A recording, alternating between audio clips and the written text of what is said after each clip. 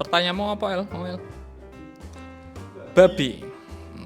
Aku pernah bikin status di Facebook berusaha membandingkan rendang daging babi sama bakso dan bakpia.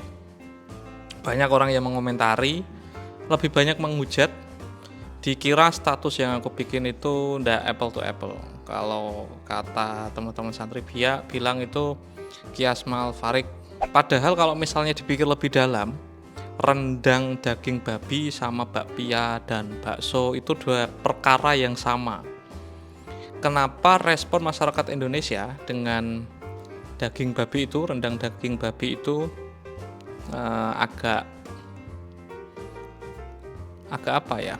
Tidak terlalu terima dengan rendang daging babi, sementara masyarakat Muslim Indonesia juga melakukan hal yang sama, menghalalkan makanan yang seharusnya memang haram seperti bakpia sama bakso.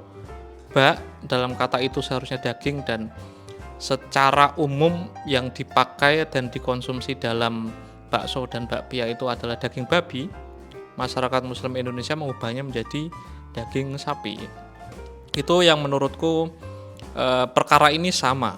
Kalau misalnya yang keberatan itu tidak menerima kehadiran rendang babi, bisa saja dimaklumi.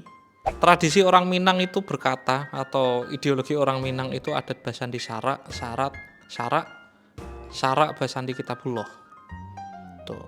Yang membuat mereka tidak terima adalah image orang Minang, dan termasuk makanannya sangat sensitif kalau misalnya diubah menjadi tidak memiliki muatan Islam.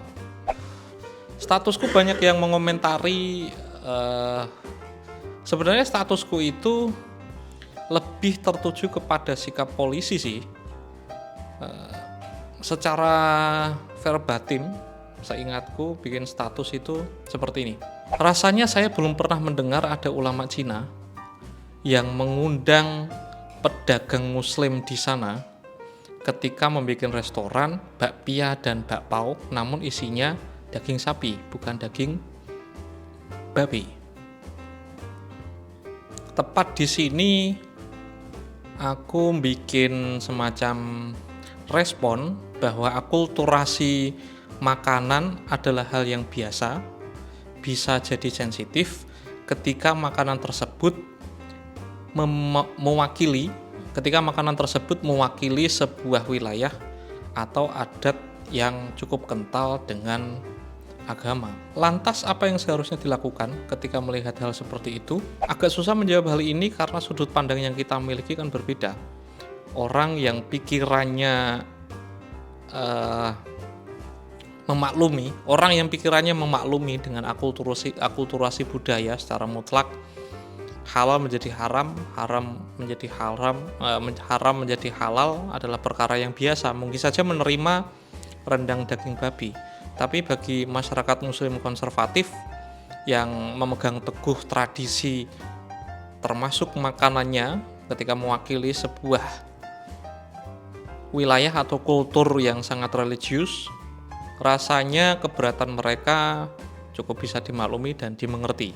Pemilik warung itu mengaku bahwa warungnya dibuka pada tahun 2020, tapi gegernya ternyata tahun 2022, 2 tahun setelah tokonya ditutup. Kesimpulannya, keberatan masyarakat Minang ketika mendapati rendang daging babi itu masuk akal. Akan tapi ketika kepolisian ikut terlibat, rasanya terlalu berlebihan.